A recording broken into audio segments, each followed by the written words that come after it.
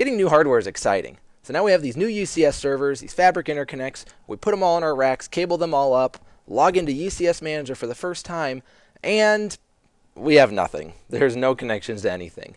In this video, we're going to cover exactly how we get the connections to the servers activated and online. When we first get the Fabric interconnects in the rack and we cable everything up and we turn them on, and we connect to UCS Manager, we're actually not greeted with much.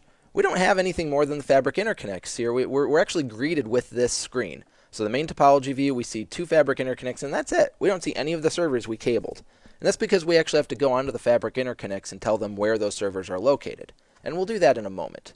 First, let's just talk about UCS Manager, because we're going to spend a lot of time in UCS Manager of how we manage this entire environment. So the first thing we need to know is on the left is really our main tab. So we start off on the equipment tab. This would be the hardware tab. Anything from a Fabric interconnect to a server to effects, all hardware shows up on this tab, which is kind of funny because we have a servers tab. You say, well, if the servers show up on the equipment tab, what shows up in the servers tab?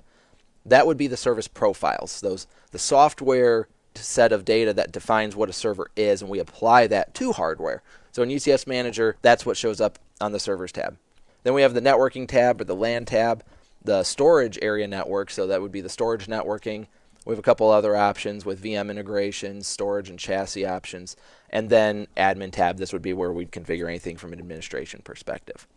Now, before we go to the Fabric interconnects and start configuring those server connections, I want to direct you to where we start on the equipment tab. And over here on the right side is called the work pane. This is the work pane over here. So at the top of the work pane, we see policies, because there are some important settings that we need to configure before we discover any servers. And what we really need to look at is the chassis FEX discovery policy. Now what this setting is it's defining the minimum number of uplinks per I/O module that a chassis is required to bring online. So if we set it to 2, keeping in mind there are 2 I/O modules per chassis, we would need a total of 4 uplinks, 2 per I/O module, in order to bring this chassis online. And so, on the one hand, we could argue that, well, let's just leave it at 1 link. It'll discover every chassis, and that's true. But the other thing this setting does is it only enables that number of uplinks. So if we have it on 1 link, and we really are connecting 2, 4, or even 8 links per chassis, it's only going to activate one of those links. Now, there is a way to reactivate all of those inactive links. It's by acknowledging the chassis. But best just to bring it online at the start. We usually have all of our chassis with the same number of connections. So if it's 2 connections per I/O module, 4 per I/O module, all of the, I recommend we just set it according to what our policy is. So maybe it's 2 link in this case. Now the other connection, or the other setting we want to look at, is the port channel option. The port channel option defaults to none, and we really want to set it to port channel. And the reason for that is these 2 links, if they're not port channeled together, it binds half of the servers to 1 link and half to another. Now if it's 4 links, then every link gets 2 servers. And if one of those links were to go down, those servers are lost. Whether it's 2 per link or 4 per link or 8 per link, if it's all 8 servers going across 1 link, that's no good. But if we have 2 links, if we have 4 links, we want to port channel those together. If one of the links goes down, yeah, we have less bandwidth. Usually we have plenty of bandwidth in this environment, so let's just leave those servers online. Now let's not forget to save our changes. So we click that, and now we're ready to add servers into this environment. So let's come over here on the left to the tree and drop down Fabric Interconnects, and let's just go straight to Fabric Interconnect A. Now I need to slide this over to take a look at the whole Fabric Interconnect. So something to be aware of, every Fabric Interconnect comes in a completely unconfigured state. So what that means is that all of these ports are in unconfigured mode. So type unconfigured, we see there by hovering over an interface. And that basically means it's just shut down. So we need to activate these, but we also do need to tell it, because this is not running in as a switch, this is running in what we call end host mode. What that means is that we need to identify whether this is an upstream or a downstream connection. Does it go to the network or does it go to a server? And because of that, we're going to come over here and we can right click on any one of these and say configure a server port. Now it's a little cut off there, but we can see for the most part. So configure a server port. Yes, we want to configure this as server port. 33, 34, 35, and 36 is what we're configuring here. And boy, it's a little tedious, doing every single port here. So we do need to do the same thing on Fabric Interconnect B. So let's take a look at a shortcut for that. So when we click on Fabric Interconnect B here on the left, again, I know it's a little cut off. I apologize for that. But we can still come over here and right click, etc. But let's just come up to this tab, this physical ports tab, and we can drop this down and take a look at all of these interfaces.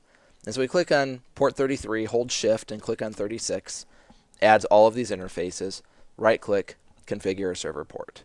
Brilliant. So that's just a couple clicks, and we come back to the general tab and we can see that these interfaces are now online. So now that we have our connectivity online, we can scroll over and see that we have a drop-down option with our chassis. So we see that chassis 7 has been discovered. We can click on it and see a visualization of it. We see that there are 2 servers that are installed in this chassis, and we see them on the left in the tree as well. And we do see some errors here, and that's fine. It's still in the discovery state, so we give that some time to clear out. Well, one thing we always want to do with a chassis is acknowledge it. So what this does is it tears down the network connections and rebuilds them.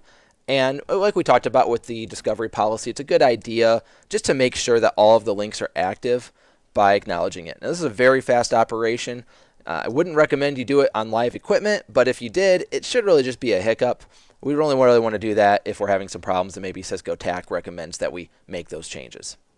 Now, one last thing I want to show you, and that is the hybrid display tab that we see here in the work pane. So if we click this, what it shows us is all of the network connectivity that goes down to this particular chassis.